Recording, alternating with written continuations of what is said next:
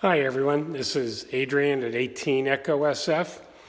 As some of you may know, those of you who have ever watched any of my videos from 6, 7, 8, 9 years ago, I've been a shooter my whole life, in the military and out of the military. And I've owned many, many handguns and a few Colt handguns as well, specifically 1911 handguns. I love the 1911 platform. I did own a Glock 19. It was a nice pistol, but for me, my weapon of choice has always been 1911s. It's a gun you have to work with a bit to really get the most out of it. And you kind of have to become a 1911 person to really understand and love the workings of the gun. Anyway, for the past 30 plus years, we lived in California, and there was a pistol that I've always wanted to buy, and that was a Colt Combat Commander in 9mm. I was never able to get that pistol because California has something called the approved handgun roster. And if a weapon for any reason that the state makes up, if it's not on that list, you can't buy it anywhere. So you can't go out of state and buy it and bring it in. And the only way you would be able to get one is if somebody else owned it, lived in another state, moved to California, they could then sell you that pistol. But that's kind of a roundabout way and not an easy way to get it. Anyway, I love Colt handguns. I've had many brands of handguns, Power Ordnance, Springfield, Colt, Kimbers, Berettas. I've owned many, many guns. Anyway, but I really had this desire for a Colt Combat Commander, specifically in 9mm. I used to only shoot .45 caliber handguns, but a couple of years ago I decided to make it a little bit easier on my arms and wrists to switch over to 9mm to make it a little bit easier to continue shooting into my old age. So I sold off a lot of my guns, including a Colt Combat Commander in .45. I should have never sold that gun, but I sold it to a good friend who loves it, so I know it's in good hands. But anyway, I always had this desire to get another Combat Commander, which is an all-steel gun, in 9mm, and I wasn't able to do it until just the other day, because we now live in Texas. And the gun world in Texas is just tremendous. You do not have to jump through any hoops to get a gun, contrary to what the ultra-liberal left likes to tell everyone. You have to do a background check. There are background checks, but it's done through the NICS program, which is a federal agency that background checks anybody who's buying a gun.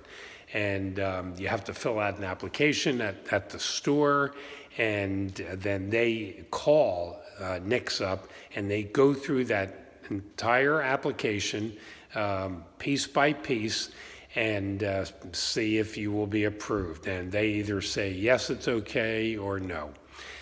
So this particular gun, I had a hard time finding. Colt does not have any in stock at all as a company to even ship to dealers.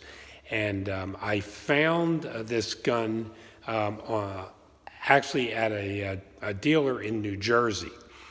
They had two of them, and I wound up buying one of them. They are an FFL. They shipped it to my FFL here in Texas. And I went there, filled out the paperwork, and within 20 minutes, I was out the door with my brand new gun. So that's kind of the story. Again, the Colt Combat Commander is an all-steel gun. They did something, let me do the outside first. It has VZ grips with a Colt emblem on them. They're very, very nice grips. It has white dot sights, which I don't happen to be a lover of for the rears. I will at some point change those out, but it has 2 white dots in the back. Let me just see if I can turn this around and show you. 2 in the back, 1 in the front.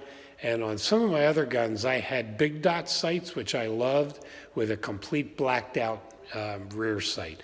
And this time, I think I'm going to wind up getting a gold bead sight because you can, bring that front sight up into your vision very quickly with the gold dot. So anyway, but it's got 3 dot sights, and which are very nice. And let me see what else has a beaver tail, of course. The only thing that's kind of weird, and I actually, sorry about that. I actually called Colt this morning about this. The thumb safety, when you take it off from being locked, you'll hear that. But when you put it back on, there's almost no sound, a little tiny bit. They said as long as it's not mushy, that it should be fine. But I'm going to take the gun out and shoot it, put a couple hundred rounds through it and see how it is. And then if I still feel that, I want to get that fixed, I may send it in. Because one of the other things I have to do, I have a shortened thumb on my shooting hand. It had to be amputated back in 2011. And so the extended, let's see if I can get any light on it, the extended thumb safeties are a little rough on the end of my thumb because it meets right where the knuckle is. So I usually replace those with the old style short thumb safeties, which have always worked well for me. For a while, I became friendly with a really nice guy at Kimber in Montana, their service facility, who wound up sending me a couple of the Aegis thumb safeties because they were already shortened. They're the only shortened ones that I could really find other than the normal Colt style. So if I have to send this gun back to Colt for any reason to check that safety, I'm going to have them replace it. And if I don't, I'll replace it myself. I've done this many times in the past. Anyway, I'm using Wilson Combat, the new Wilson Combat 9mm magazines. Notice there's no holes up here at all, and they're brand new, and supposedly the cat's meow when it comes to magazines. We'll see when I get it out there. But I've been using Wilson Combat parts and magazines for many, many years on all my 45s and my Kimbers as well, 9mm. My wife's 9mm, actually. She has a stainless target, too. So anyway, that's my new gun. I had to pay a premium dollar for this gun because there are none anywhere except what you can find on the open market. So, you pay what you got to pay, and this is a gun I'm going to wind up probably keeping forever. So after I take it out and shoot it a bit, one last thing. The only thing that I'm not real pleased about, but I am going to change it. All of the new Colt handguns come with a dual spring for the recoil springs. It's one spring inside another, and they're wrapped opposite ways so they don't bind. But it's a little bit of a pain getting the gun back together and locking everything in place with that damn spring. So I'm actually going to replace it with Wilson Combat spring and a new guide rod plug and a new Wilson Combat guide rod as well. I have one here, but I'm going to buy another one and replace it. I love the Wilson Combat stuff, and I love GI-style guide rods, which this gun came with. Whenever I buy a gun that has a full-length guide rod, I usually change it out to a GI style. It just makes it easier to take the thing apart quickly. So anyway, it's a beautiful gun, and I really love it. So after I get it out and shoot it a bit, I'll post another video and tell you how it is. So stay well and safe out there, folks.